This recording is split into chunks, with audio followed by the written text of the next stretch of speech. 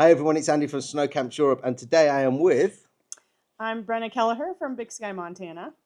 And I'm Demelza Clay from Australia, but currently residing in Canada. Cool, great. So just before we start, Wouter's obviously not here, but I am joined by the ladies. Wouter is with one of his many children on a holiday. So ladies, what are we here to talk about?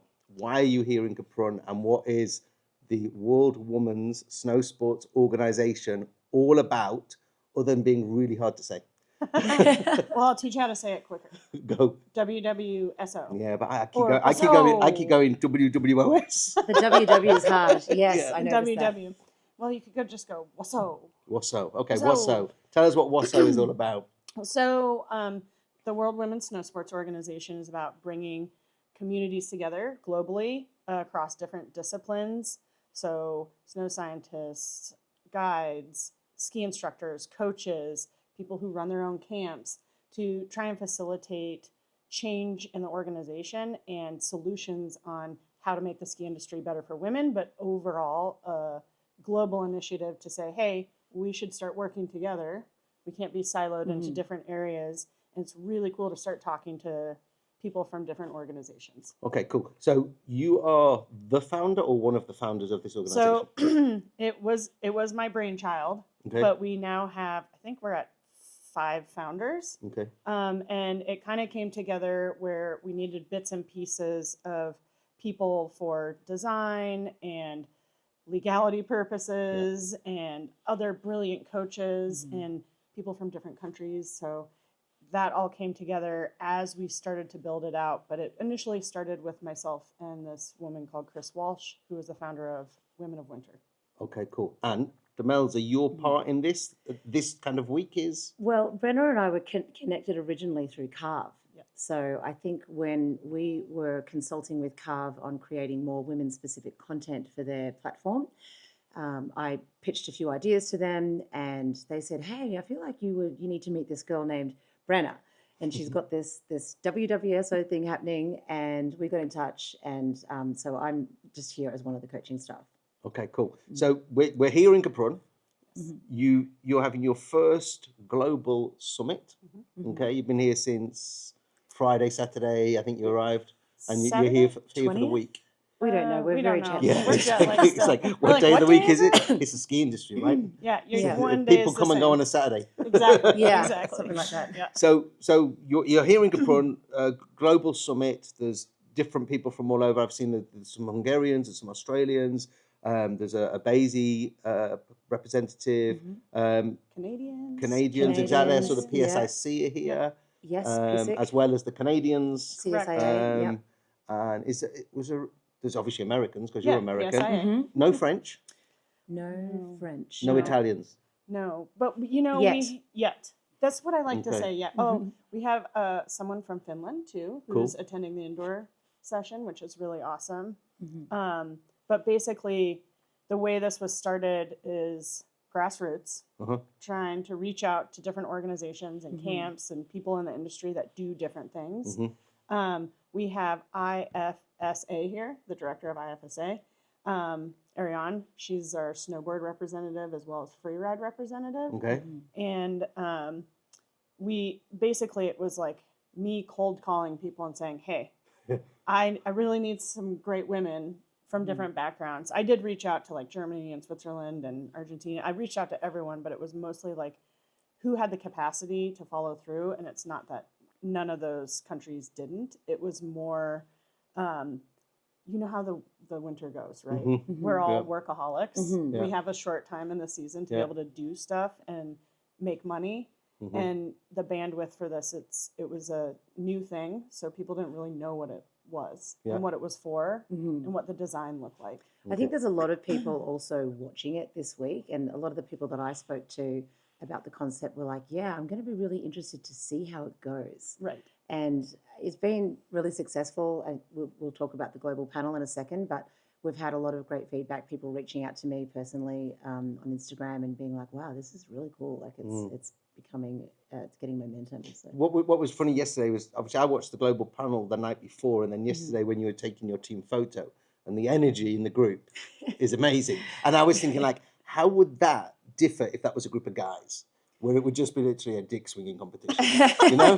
Wow, thanks for saying that. We wouldn't know how to phrase that as well, but But it would be, wouldn't it? You know, it'd just be like a load of guys being guys. I feel like we've had really fantastic relationships with many of the men that we work with in the industry. This is not about us being dissatisfied with the way we are able to work and collaborate in the industry with men.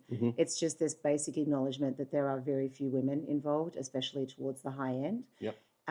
All workplaces and industries benefit from having more diversity when it comes to gender diversity. In corporate, all sorts of industries across the panel. So now in the ski industry, we're offering up solutions for different sectors to be able to incorporate and hire and get more women up to higher end places, so that for the good of Snowsports, for the good of the clients, for the good of all the businesses and all the different sectors. So but I feel like when it comes to the energy, it probably would have been pretty similar, but when you are in a female only environment, just where the conversations go and the depth and the caring for each other and the energy, like we've all been in situations our whole career where we've never really had a chance to ski with a lot of women. I never grew up skiing with a lot of women. I think you were the same to a point. Montana is Mantana. Yeah, exactly. And we're not saying, pardon me, we're not saying that women have to ski in groups of other women for them to progress. It's just really fun. And as a young woman who had a few people in her orbit who were female, who were in high-end positions, it really helped me go, okay, I've met her. She's real. I've seen her operate. I know what she does. I think I can do that too. I've got a goal now. Yeah. Cool. So let's go back. We're going to go back to the inequality thing in a minute. But so this week, what's been happening? What's been happening this week? Oh, this week we've had a lot of brilliant clinics focusing on different backgrounds from different regions and countries and what they do and what their focus is and how they think about skiing and what, like Hungary was really interesting to listen to because everything's on, what is it, a grass? Plastic. Yes. We don't Plastic even have that in Montana. Plastic But powder. it's like, that's really interesting to learn about and know about and how that brings a lot of future skiers into the industry. So just this week has been about women who believe in the industry and wanting to ski and their passion is skiing, coming here to learn more about different parts of the industry and what's going on in different organizations and camps. And the really important thing is there's not one route. Like sometimes we get siloed into just our organization or just being a ski instructor, but we don't have to be that way. Like Demelza and I we've already been connecting on like a ton of different things, and Demelza's chosen a path, I've chosen a path, but it doesn't have to be linear in the ski industry. It can go a lot of different ways, and sometimes we think of it as linear. This is really prevalent in Austria. The Austrians have the Austrian way, and it is the way. And when you talk about maybe it could be a different way, or you could do it like this, or you maybe get rid of vertical movement and not have vertical, then no, because this is the way we ski, you know. And I think kind of like what you're doing is what should come out of maybe Interski, but what I see at Interski is, again, they talk about, like the last Interski was the guest is the center of kind of the universe, the guest experience. And I was like, oh, great, I wonder what the Austrians will bring back with this to feed into the ski schools, to improve customer service and guest expectations, etc. Nothing, you know, you know. And what you're saying is you've got an open-minded group of people who are more than happy to share and take on board different ways of thinking. And I think there is a lot less of that ego in like, okay, I'm presenting the system from my association and it's best because of this. You know, really it's like, hey, this is the way we think about things, and you know, we're all very flexible with our thinking and open to learning, you know, because after a while you've been working in the industry for many decades, you want to do things differently. You want to think about things differently just to, you know, be more interesting and have more fun with your job. But I know that in the Australian system, we've had a lot of, I haven't been fully involved with it in the last probably 15 years. But there's definitely been adjustment to the way, like we were very Austrian inspired in from the beginning, but now there's a lot of Japanese inspiration coming into it, and we're working a lot more in Japan. But I think there can be an element of that in interski, but I also think there are associations that really are genuinely interested in what's going on with the others in interski. I think a lot of non-European alpine nations were influenced by the Austrians. Yeah. Even America was first Austrian, wasn't it? Yeah, my ski school actually was all Austrians. Mm. They brought in an Austrian ski school director to Big Sky when it started, and it's all, the whole system is set up with Austrian influence. Yep. It's interesting. I mean, my ski instructor growing up was from Austria, from Kitzbühel. Yeah, So. same. Crazy. It's interesting because I'm going to be doing the PSAE licensed professional trainer course next week, and part of the reason I want to go and do that is to get some different information, to listen to different words and different ways, because obviously with the internet I watch yourself, Demelza, and watch Tom, Riley, Paul, all kind of Southern Hemisphere skiers. Then, as you said, the Japanese people who are coming through, the Koreans, the Chinese, and you take the best bits from everybody because that makes us a better teacher on the slope. Rather than this one blinkered approach, we must do it following these steps that the book says. Yeah, and coming down to sort of on snow content, your original question is, so we've had some association stuff, we've had some like different teaching methodologies, some pedagogy stuff, but there's also some skier improvement. And the world I live in now, I'm not working directly for an association, highly influenced by the APSI, but having attended Interski in 2011 with Tom, we are sort of somewhat association free and extremely creative and experimental, and we can, without having to have big board meetings and getting the buy-in of an association, we can teach whatever we want. And sometimes we might create something and go in a different pathway and it's working great, and sometimes we create something and go on a path and then it doesn't work, and then we go, okay, we're changing our mind and we're going this way, but our clients love it because we're deepening our learning, our understanding of skiing with them. They love going on that journey with us. So we and Tom is the main driver, obviously, of Big Picture Skiing. That's his business, and we have a camps collaboration on the side. But what he does so beautifully is really he's incredibly curious, and with his own podcast as well, interviews a lot of people from a lot of different spaces, and he's constantly collecting interesting things that he then goes and shares with his following. So I think that's what it's funny. I've had, you've obviously got a Skelly t-shirt on. I've had people come on my camps in Tom's t-shirts. Oh, they love it. And they're Northern Hemisphere. They're never going to get to ski with him in Australia. Maybe they'll get to Canada sometime. But they come in his t-shirts, and it was funny because I think it was either January or it wasn't this March. It must have been January. We were talking about retraction and extension in the bumps, and none of them were kind of getting it. And I was like, "Look, you're just not moving enough." And even though I was showing them, at lunchtime I got the tablet out and I went, "Right, watch this video." And it was your video in the bumps where you stand on top and say, "Most people bend this much and think they've bent this much." We went out in the afternoon. From them watching your video, they got it. But I couldn't get it into them. Even though I was showing them, I was explaining it. And it's kind of like, I'm more than happy to pull out that video at lunchtime, where other people will be like, "Oh, I'm not doing that." Well, that just speaks to your openness and flexibility as a coach. And, there's a lot of people who are like, I can't use someone else's stuff to teach people. Well, why not? We all stand on the shoulders of giants. Use whatever you can. Yeah, exactly. Yeah. Whatever's going to help.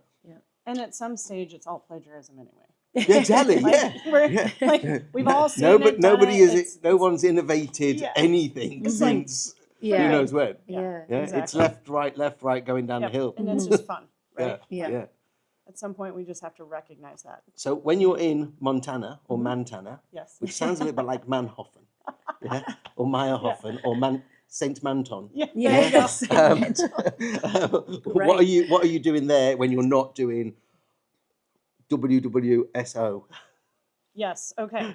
So I actually work for PSIA. I'm the head coach of the region in Montana, which is Northern Rocky Mountain. And so my job is to coach the ed staff that gives exams and assessments. And then the other part of it is I teach at Big Sky Resort. I'm still a regular ski instructor, day to day, go out, do the slog. And inspire people to get better at skiing, right? Cool. The other part of it is I work race camps.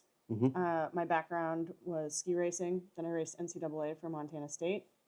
And my sister was on the U.S. ski team and on the World Cup for 8 years. And she retired and started an all-girls ski camp.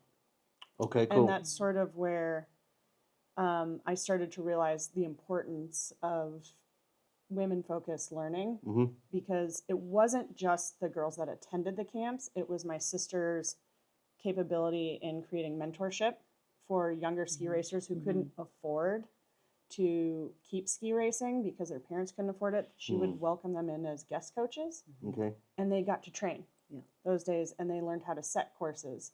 And then she also hired, her policy is to hire a female team, Okay. right? And to see what happened in the past 12 years with her race camps is those female coaches have now gone out to other programs, Uh-huh. and they're now setting courses and working at high levels where it's pretty intimidating to go out there as a female and be in an all-male environment with ski racing. And so that's where I started to think about it in a combination with interski, is like, okay, we can make something that would be really good globally, because the beauty of interski is like you get to go see other different countries and how they do things, but then the takeaways, they're positive, but they're not global initiatives, right? Like you don't then come together and work on something. Yeah. And that's what I Progress, wanted the WWSO to do, is show like, hey, we're going to start with this small group of people, which are all women. Mm-hmm. And we're going to show that if you bring people together across different industries and backgrounds and organizations, then we can try and come up with some solutions for things. But it shouldn't just stop with women. Yeah. It should be co-ed, it should be men, it should be all of us coming together and figuring out, well, what are these next initiatives? Because the ski industry is suffering a little bit. Mm-hmm. So Just going back to you said when you were racing, you raced, and then there was 3 letters. NCAA. What's that? It's the University Ski Racing System in the United States. Okay, cool. 'Cause Yep. Sorry. my people will be like, what? Yeah. Well, I was also like, what? Yeah. Okay, cool, good. So, going back to like one of the last things you said there about this bringing everybody together, global initiative. What we need more young females to come into the industry and stay in the industry longer than a season. Mm-hmm. Okay. Yeah. How do we do it? Or why aren't they staying?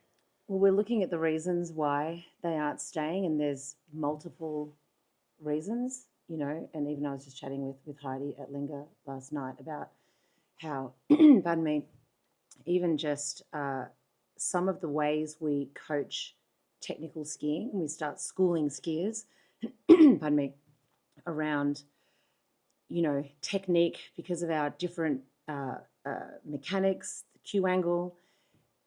These cues can work okay for men, but it will ruin women's ski technique. Mm-hmm. And all of a sudden, you've got women who are being coached the same way as a guy, and they're bombing. They can't get through their level 2. They can't get through their level 3. Mm-hmm.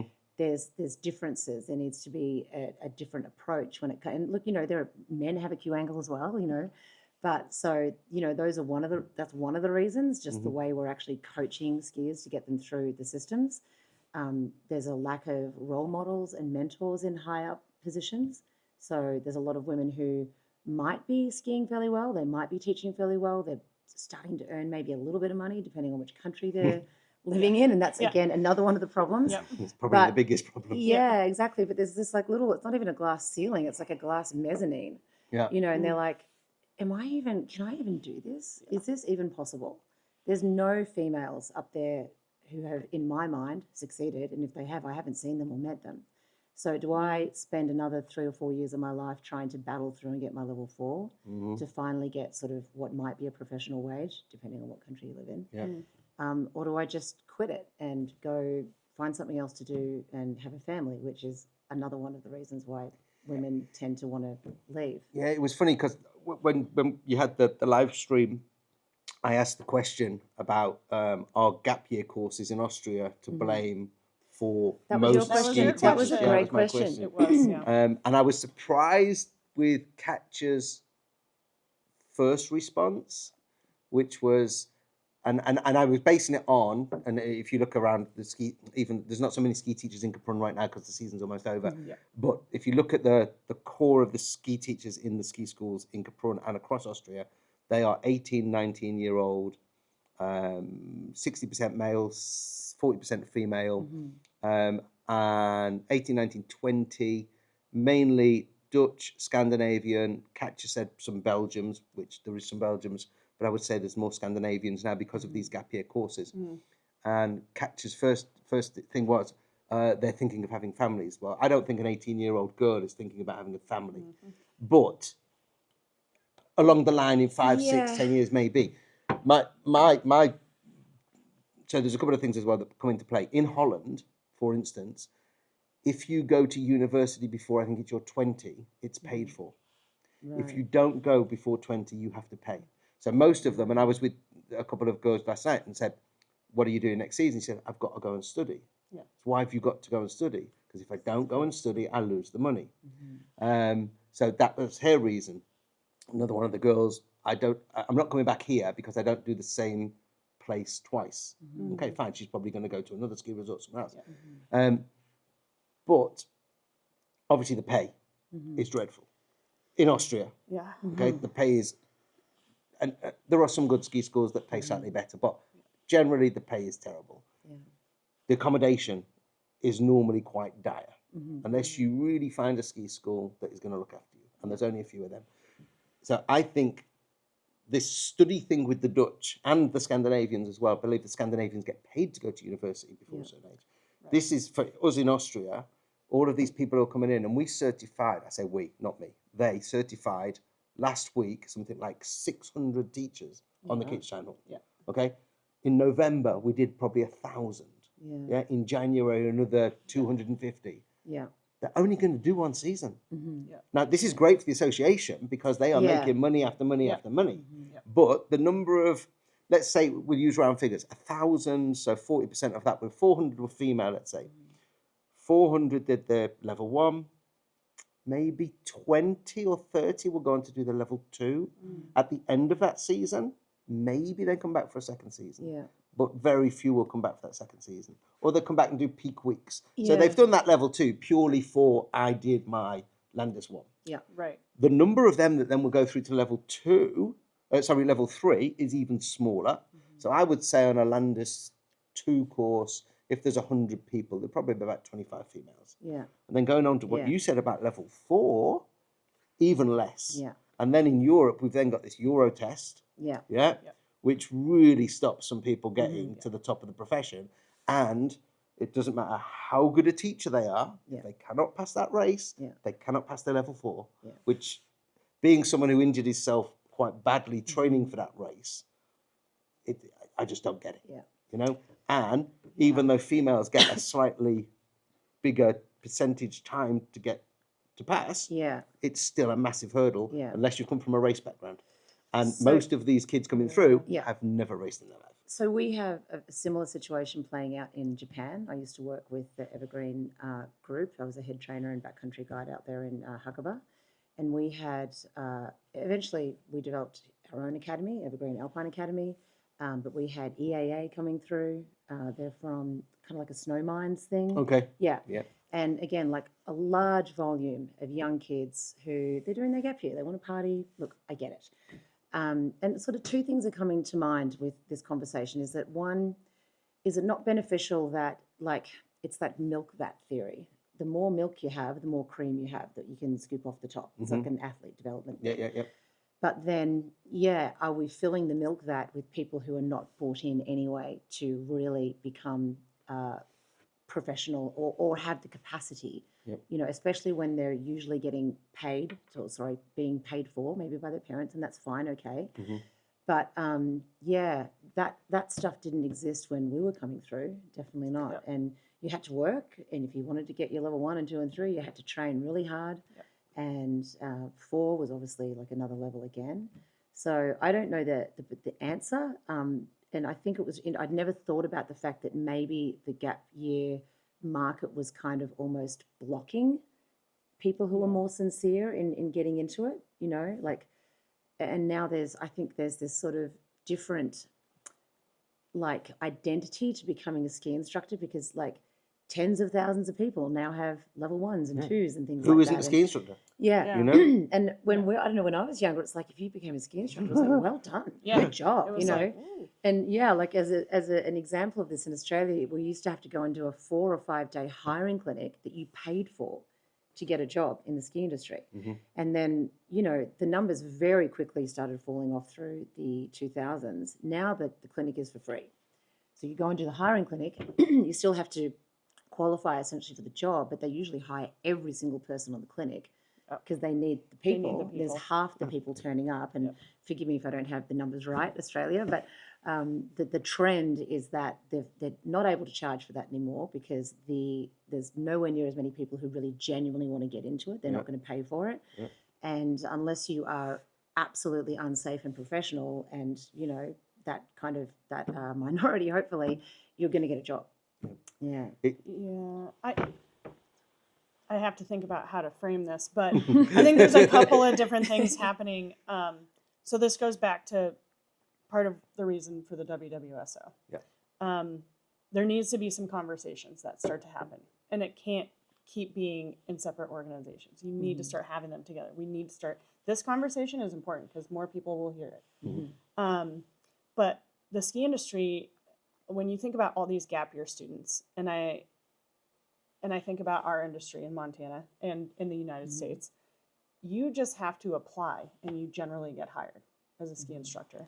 And then you go through your level 1 after you've taught for a little bit. But when you think about how much a resort charges for a lesson, right? And then you think about the skill set that they may be getting. And granted, most people who don't have their level 1 or whatever are not doing private lessons, but they're still doing group lessons, right? And you're still paying a very large fee for an unskilled, essentially, worker, right? And so when you start thinking about the lifespan of a ski instructor, it changes because you have all these kids that they're like, I'm going to go be a ski instructor for a year. They may stay 2 years, they may stay 3 years, but they may only still have their level 1, right? There's no incentive. The incentive is the pay is like a raise of like $2 or $3, right? You're like, okay, now you've got your level 3, now you've got $3 more an hour. And now you get more privates and you get request pay. But it still isn't, when you look at the percentage of what a lesson costs to what people get paid, it's crazy. Yeah.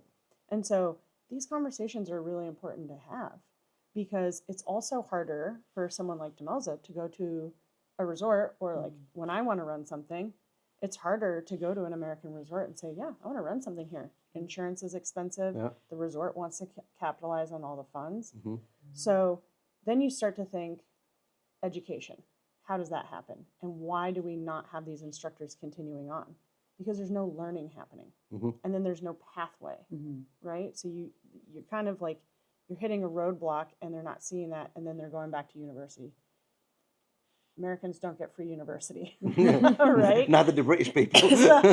So it's like one of those things where they might be taking a gap year or they might come after university and be a ski instructor and be like, I just need a break.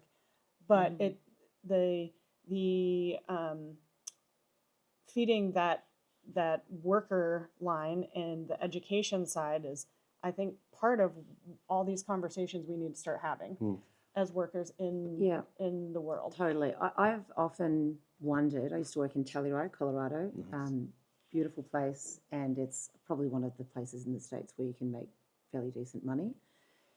And I ended up going to Canada to start heli guiding, but I've often wondered, because in the time we've been involved, I think there's been this really steep drop-off of level 4s in a lot of ski schools around the world. But I was skiing with Jonathan Ballou earlier this season, and he is very deep in, developing high-end ski schools, very top-heavy ski schools. And I said, what kind of data do you have, evidence do you have to support the notion that ski schools that are top heavy with lots of level 4s and level 3s, for example, ISAA level is still level 3. And what data do you have to suggest that it will improve not just ski school profitability, but whole resort profitability? He said, I have that data. So, and I don't know if I'm speaking out of turn, Jonathan, if you're listening, but I'd be interested to see things like that because, Yeah. the ski school, I'm not working really as much for a ski school technically in Canada, but I'm associated with Silver Star, and the director there is a fairly new hire from Fernie, and I think more leadership or people in ski school leadership and CEOs need to maybe be privy to this type of information about how they can boost resort bottom line profitability through having these extremely skilled, diverse, top heavy ski schools like ski instructors. We're talking ski instructors that have the resort so well wired that the guest experience is not even comparable to being there with a level 2 third year instructor who might be doing the best they can with the tools they have. But, there are countless stories of people who have been in contact with one of these excellent pros. They have property at the ski resort. They're part of the community. They've retired there. They have children. You know what I mean? It's just, Heather Billiard, a woman I came to work for in Silver Star, same thing. She's been there for a very long time, Ski Adventure Canada. She thinks she's probably had 40, 50 of her guests by property up at the ski resort. Yeah. And, she tends to offer only high-end instructors and like a concierge style experience. Anyway, but like that's just an example. And there are really good case studies that I think we need to spread the word. It's been like a race to the bottom. I moved to Canada and I stopped heli guiding at one point, moved to Whistler, and I was shocked at the pay rates. Yeah. Thankfully, I wasn't paying for accommodation there. I was living with my partner at the time, and I don't know how people could possibly even fathom making it work. Yeah. Especially in some of these resort towns, we know that the accommodation is impossible to find. But then when I did go to Japan, sorry to jump around a little bit, I would have stayed for a little longer if I could have found somewhere nice to live. When you're in your late 30s, you're not going to go and live in these like dorm style situations. You just can't do it. You have needs, and that's the other thing. Like that, the resorts, in their defence, they can't afford to take care of people who are looking at having a baby and maybe staying here for life. They need a bigger house. They need, we're not high maintenance. We just have different needs to someone that is 18 or 19 years old. So, how do we find solutions for all of this is really what we're trying to work on this week. And we're thinking about like breaking into like little task force groups so we can start tackling some of these individual problems together. We've got a large community here now of a lot of people who have got contacts in really great places. And we truly believe that people in all these management positions are looking for answers too. They just don't have the bandwidth to really do much about it themselves, Yeah. That went miles from that one question Sorry. that I asked actually. No, but it was We do because, love tangent. because it was about the gap year, right? But so many of the things you've Yeah. said is what I see or we see here. And like we've got a shortage of ski teachers. Yeah. Even though we've just certified, I say we again, they've just certified all of these ski teachers this season. We have a shortage of ski teachers. There was no ski school in Kaprun that on the busiest week didn't sell out. Okay? There is a shortage of ski teachers. There is also a shortage of accommodation for the ski teachers. And therefore the ski teachers ending up living in a 30 square metre studio that's meant for 1 or 2 people, and there's 6 of them in there, right? Exactly. And they're being paid poorly. You said about the course there in Australia that you used to have to pay for, where now you don't have to pay for it because they need to get the people. I spoke to someone on the chairlift yesterday who's a ski teacher in Salbach about the PSAE. And he said, but the Austrians won't recognise it.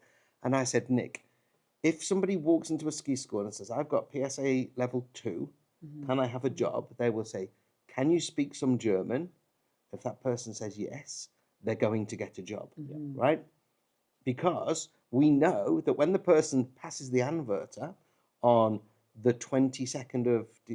18th of December, they walk into the ski school and they've got a job before the ski school director has spoken to them, shook their hand, seen if they can actually walk.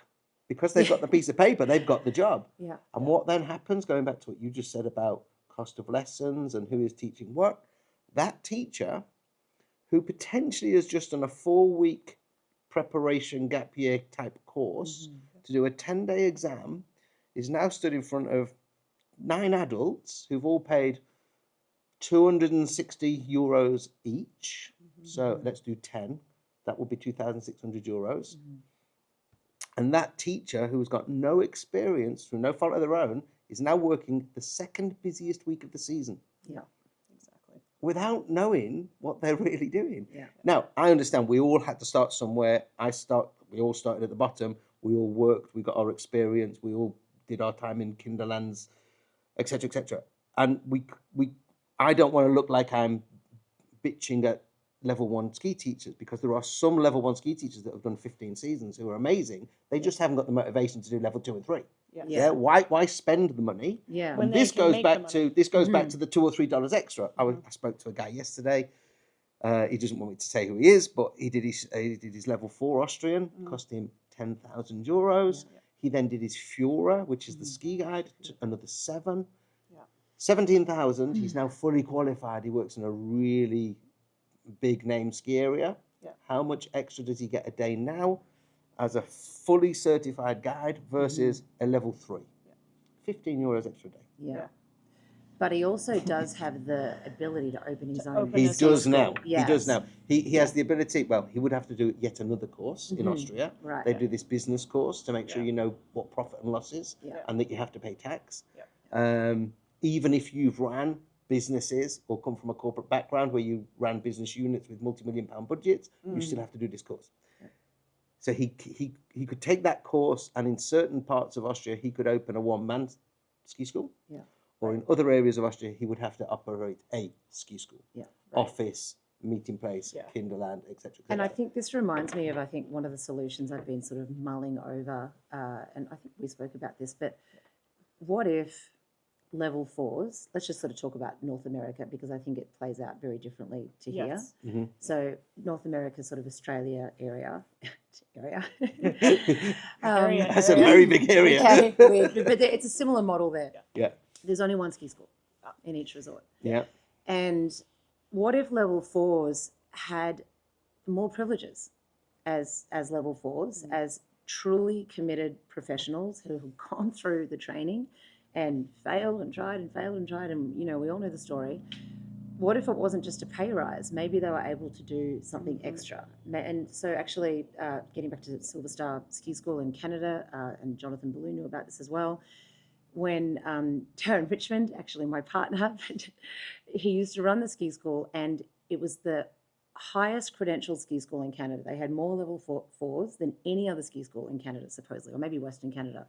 A lot of ski resorts there. But the level 4s took home a massive cut of the overall revenue for their lessons. And that changed when some new management came in. And it was a lot more sort of modelled off of what's happening in, say, France and Italy. I don't know those situations in an in-depth way. But we had Steve Smart, Ronnie Bett. The who's who of Canadian ski instructors were all at Silver Star because they could earn money and support their families and have a life there. So I really think there needs to be some revision of the way level 4s, specifically level 4s, are paid. Yeah. It's going to give people more drive to actually push through the system and get there. And as an example of change that is happening, I do a lot of work out of Sun Peaks Resort in the interior of BC, Canada. It's where most of our camps run out. Fantastic resort. They've got a different rate that the consumer will pay if they want a level 4. Yep. And it's only $100 or so, but I just thought, I didn't even know about that until I happened to read it on the pamphlet or something one day. I thought, oh wow, that's the first I've ever seen of that. Because normally anyone could rock up to a ski school and get the anniversary guy on his first day, or us, and pay exactly the same. And it's not right. Yeah. Same in America, right? You can I think pick it's your level. No. Oh, okay. Yeah. So it's a little every resort is a little bit different. Okay. But just speaking to the area I know and a couple other places that I have knowledge in, you'll get Demelza's hitting the nail on the head. It's perfect. You will get, and you as a consumer, you'll walk in, you'll tell the desk staff what you're looking for, and you'll get assigned what the desk staff is like capable of assigning. They scroll through the list, go, this person's available, this fits, right? Now, there have been some modifications, but the problem is the consumer doesn't know any better, right? So if the consumer doesn't know any better and they don't know what questions to ask, then the resort just keeps doing what they're doing because they're making a lot of money, right? Mm-hmm. But if the consumer learns to ask those questions, because they're paying a lot of money, and let's face it, the lesson prices keep going up. They keep going up. The pay keeps staying the same. Yeah. Right. And they list off all these reasons. So many. I get it. They got to pay insurance. They got to buy new chairlifts. They got to whatever. Yeah. But the bottom line is if you don't pay for your staff, the guest experience goes down.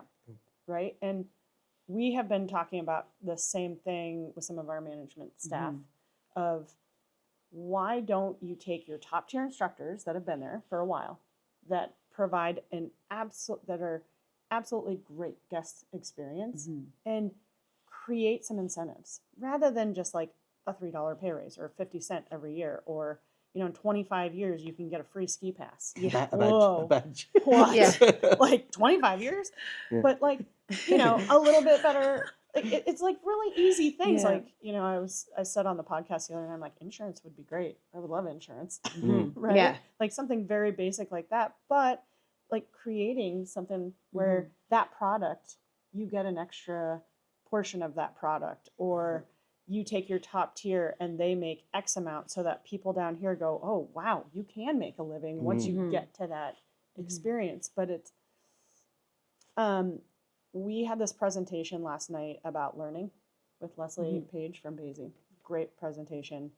She just finished her doctorate on learning and teaching and how do you actually learn. And I started thinking about what we're doing here and the conversations that need to happen. And a lot of these conversations that need to happen are conversations that are uncomfortable. They're risky, right?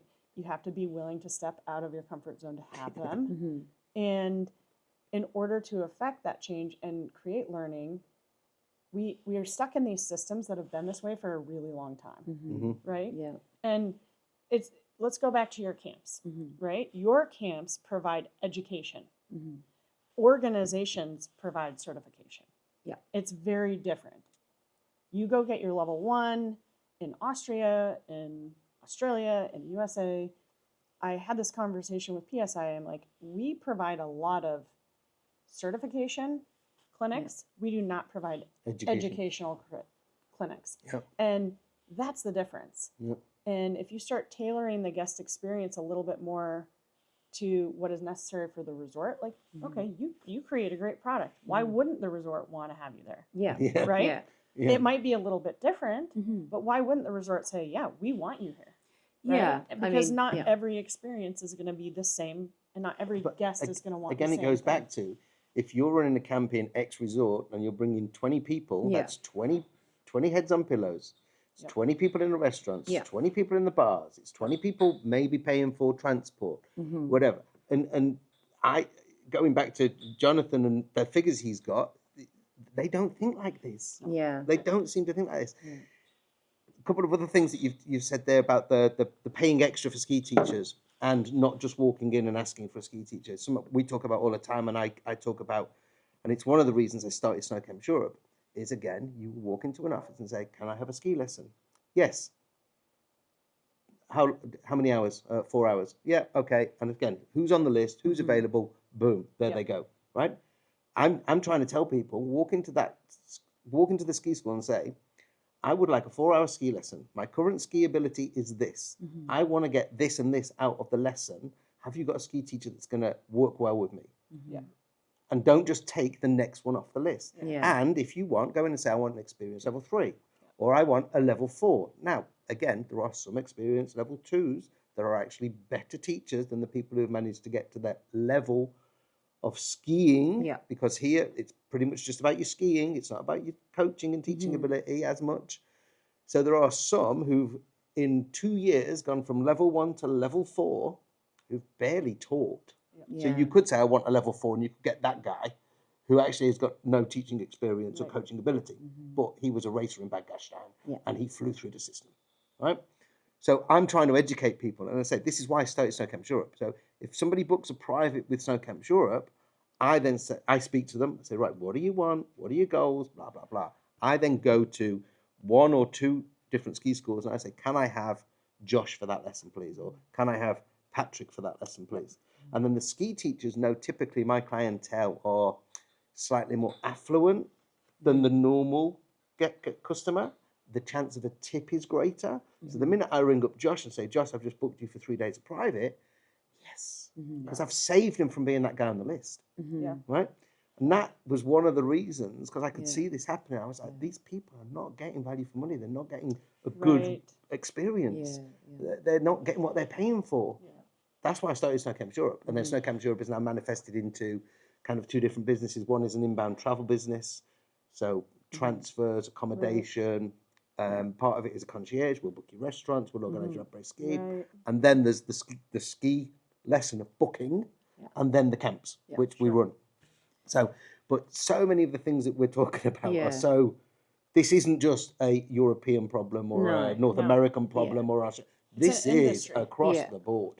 And from what I recall from my chat with Jonathan is you have to have buy-in with your CEO to be able to run the ski school differently, radically differently. And, you know, I hope that those relationships are developing. I really hope that, because, I mean, we're talking about the elephant in the room. This has been going on for a long time. And I know that the resort that I'm based near, Silver Star, they're looking at revising their wages. We have a fantastic general manager, Hervig Demsha, and you know, I really think that I see little ripples of change happening, and that could just be my silo living in you know what I do, but these conversations are fantastic, and you know, I think everyone listening would know that it comes from a good place from all of us. You know, we're just looking at the ski industry critically and looking at what's working, what's not working, and but yeah, no, I do think that things are starting to change, and I hope that we can start to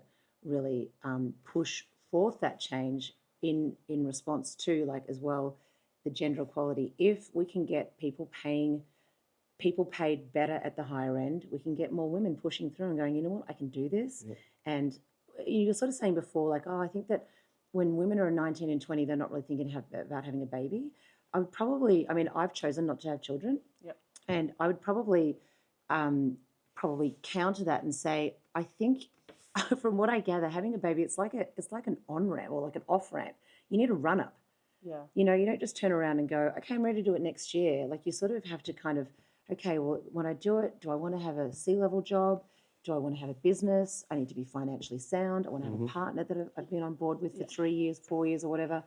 And if you're in the ski industry, you're probably traveling together. And so I think that there are a lot of women out there who, if they knew they were going to be able to push through with BASI or PSAA or APSI and get paid really, really well at the end, they could be like, you know what, when I get my level 4 and I know I can do it, because I've skied with the women of WWSO and I feel inspired and I know it's possible, then I think I can also make a family work, because there are a lot of people in the industry that have had a family, but it's rare. And so, it's a very holistic problem, which will take holistic solutions. Well, and you earlier, I want to circle back to a question that was a part of a question, but you asked how do you keep more women involved?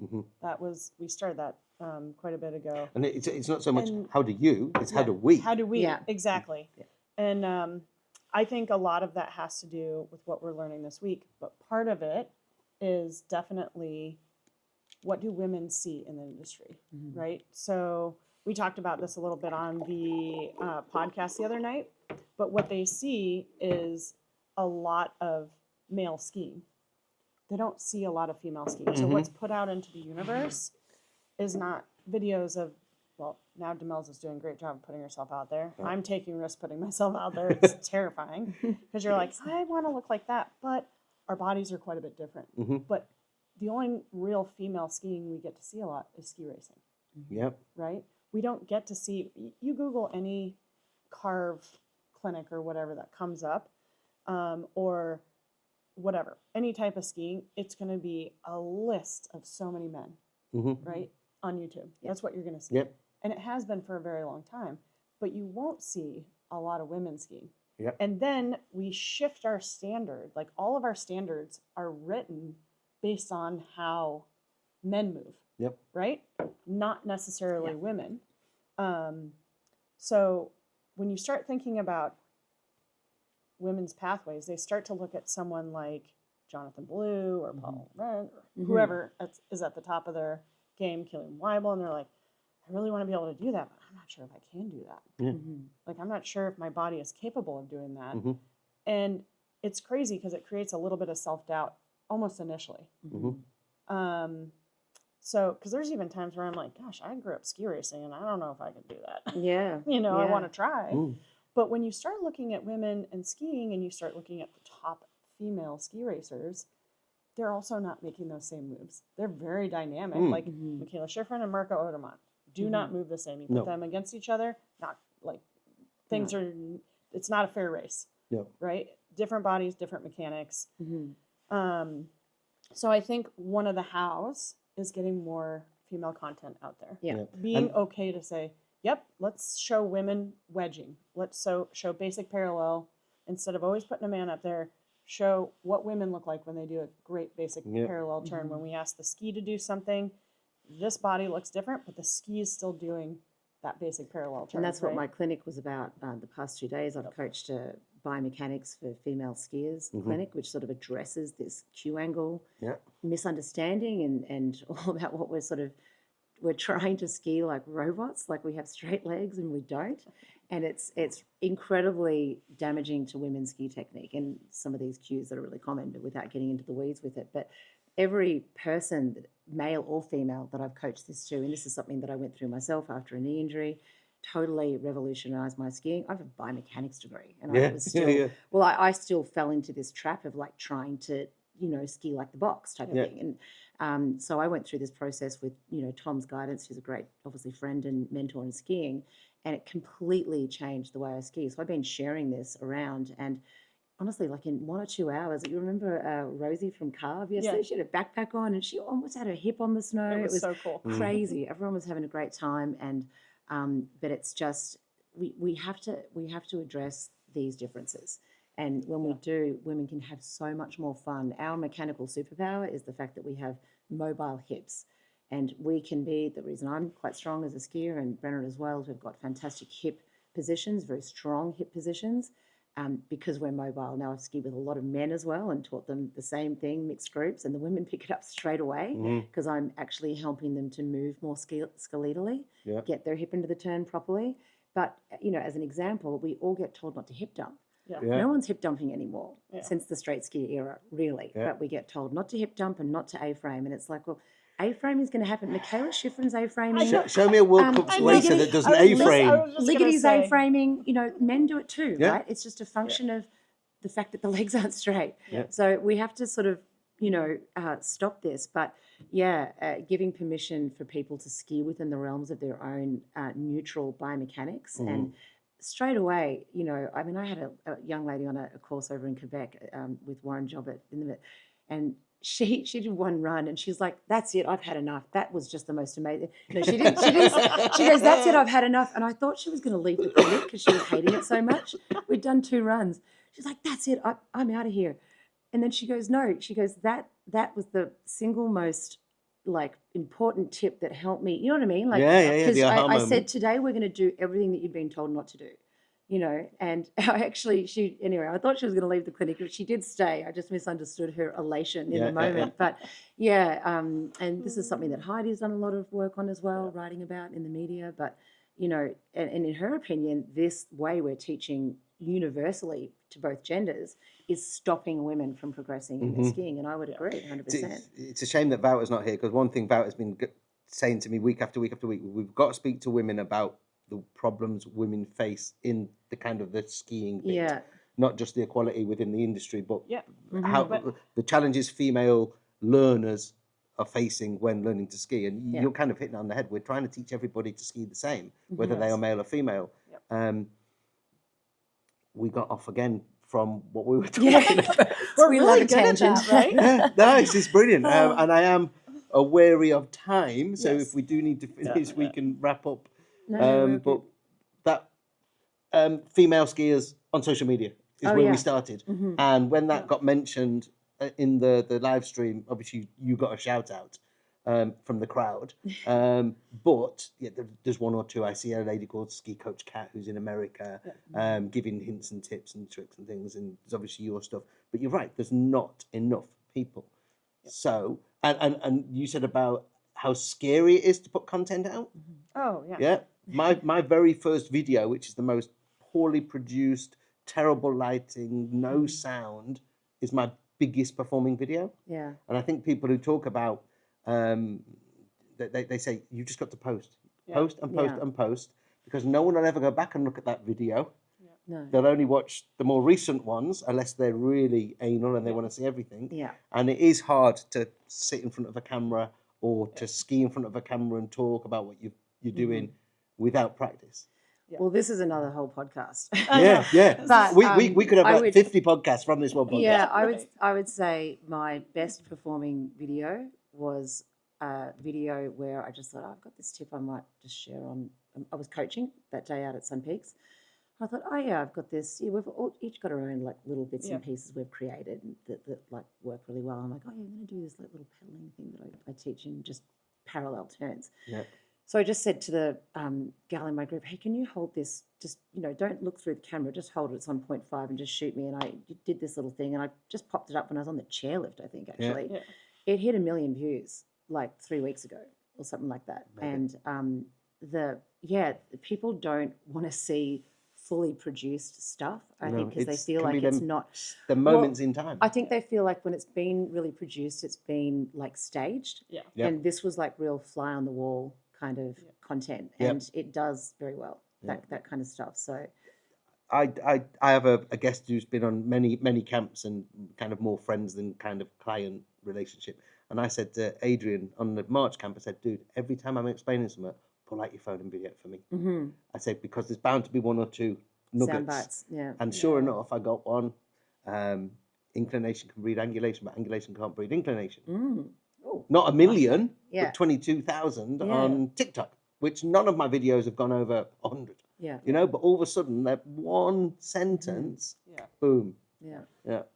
For sure. Yeah, no, I mean, again, I've had a fantastic support from Tom, who was actually the first person. He said, come on, we've got to get your skiing out there. Come on, start posting. I was like, oh my God, you're not going to turn me into a ski influencer, Tom. Here I am. Influencing. I honestly did not, this was not a deliberate sort of, it was progressive. But I've told this story before to Brenna, but I had a young girl from Australia. I bumped into her boyfriend, who I used to work with in Threadbow. He's like, hey, Demelza, my girlfriend would like to meet you. Is that okay? And I'm like, yes. Like, what do you mean? Of course she can, so. But she jumped on the chair with me, did a couple of warm-up runs before I took my group, and she goes, Demelza, I love Paulie, Lorenz, I love Tom Gelly's stuff and Riley and all that, because we know those guys, like we hang out with them in town. But I just can't see myself in them when they're moving. I can't see myself in them when they're skiing. But when I see you skiing, I can see myself doing that. I know it's possible. So I just remember sitting on the chair just going, oh God, I'm going to have to keep posting, aren't I? Brilliant. So I just, Sam, if you're out there, thank you. Yeah. I can't see myself in any of their skiing either. I can see myself about 20 turns behind trying to catch up. There's that. Yeah. but it's so just want to throw this out there because you don't know this, but I was riding a chairlift in Big Sky teaching a lesson, and we were talking, and there's another couple on the chairlift, and we were actually talking about carve. Right. And both Demelza and I have shot videos and content with carve. And the guy on the end of the chair, he's like, oh my gosh. Well, yeah, carve's it's been really helpful. Their YouTube videos have been great. And I was like, oh, which ones have helped you the most? He's like, the powder skiing and the bumps one with Brenna and Demelza. And I was like, and my client was like, this is Brenna. And I was like, and I'm going to work with Demelza. It was so cool because that person was also a male. Yeah. And he was like, those were my favorite tips. And he had no idea who he was talking to because I was teaching a lesson using carve that day. Yeah. And so the guy in the other chair, just end of the chair, happened to be doing the same thing. And that came out. And I was like, wow, we are kind of influencing men too. Yeah, well, yeah. I mean, I have men and we're like pulling me over on the side of the right. Depends on which ski suit I'm wearing because sometimes they don't recognize me. But in that yellow one that I did, was wearing with all of those car videos, people will see me skiing from somewhere and they'll chase me down. And I call it the Tom Gelly effect, actually, because when I first started working with him, I remember being in a chairlift in the line one day with him, and we were about to load, and there was this person behind us like pushing people out of the way, jumping over the line. Excuse me, let me. He just wanted to sit on the chair with Tom, and I've known Tom for a long time, but we hadn't connected until we started working together. And we get off the chair, and this guy just wanted to ask him a million questions and thank him for all the stuff he was putting up online. And I got off the chair, and I'm like, what happened to you? And now that's, I guess that's some of the, like a guy pulled me aside yesterday and the day before, here I am in a place I've never skied in Europe, and I'm being thanked for what is very hard work doing this content. It's different doing it with Carve than it is just yourself with your phone and whatever. But it does make it worth it, knowing that you're having some impact and that you're able to help people push the needle forward. And really my goal is that I can hopefully help people enjoy snow sports better, so they stay in snow sports as a client or as a customer, and or as an instructor, especially the ladies. Cool. So let's wrap it up because we have, and we could go on all day, but we will run out of memory on the card, I reckon. So, final kind of words about WWSO. How can people get involved? How can they follow you? What are the socials? All that sort of stuff.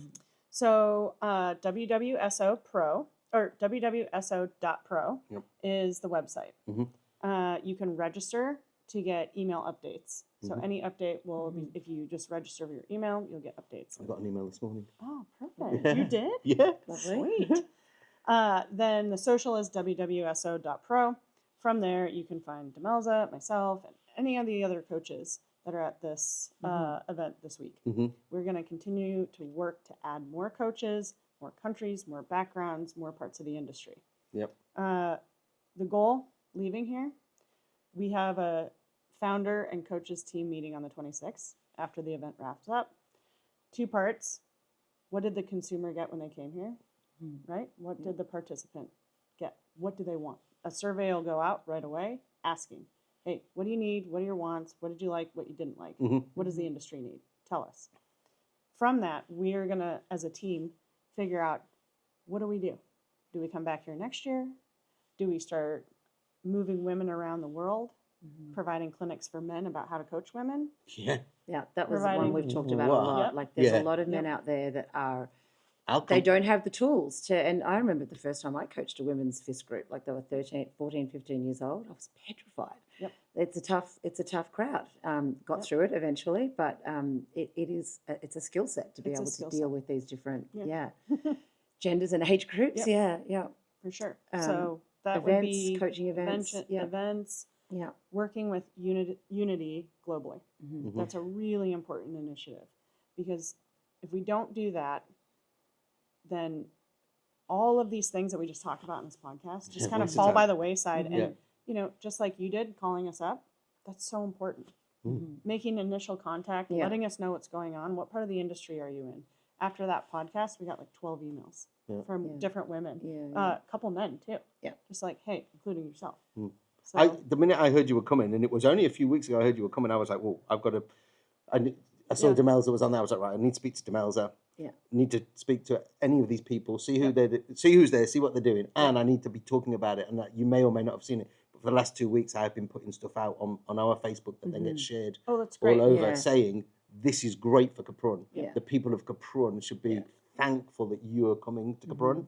And again, we didn't get into why are you in Kaprun, so we'll do that another time. But it's a really cute village. Let's put it that way. Okay. It's a really cute European town. I think when it comes to things that you and people in snow sports can do, I would say if you're a ski school director, you're in management, you're running a resort, consult with the women that work with you. Like we were just sort of talking about it, and a lot of the experiences that seem to be very similar for all of us is we've all been on teams and on boards where generally we're the quietest person in the room. We're not the type of personalities usually to sometimes be in there interrupting and getting involved in some of these arguments that go on between, for whatever reason. If you're a snow sports consumer, go to your local ski school and say, hey, I'd love to ski with a high-end female, not so I can put her with my 3-year-old, but I want to skew with a high-end female because I've got a 16-year-old Mm-hmm. who needs a role model. Yeah. You know, try and let's address this on the level of need. I want more people or more snow sports schools to be like, wow, we're getting a lot of, you know, requests for high-end females. You know, talk with the women who are working their way through the system, find out what it is that they need to stay and be a level 4. I think if, you know, I can imagine, I know a few people that are sort of working through it right now. I'm not sure if they're going to be able to keep going because they're failing and they're struggling with it for whatever reason. But if I had management saying to me, hey, you're doing great, what do you need from us so that we can keep you and keep you here? And just like let get us involved in the conversation. Yeah. I think that and therefore you don't have to become a level 4. Yeah, or even you just can ISAA. be a level 2 or a level 3. Ideally, the level 3, but look after those level 3s. As you've just said, ask them what they want. Yeah. Reward them, give them the incentives, work out how to keep them. Yeah. Block the reasons for them wanting to leave. Yeah, exactly.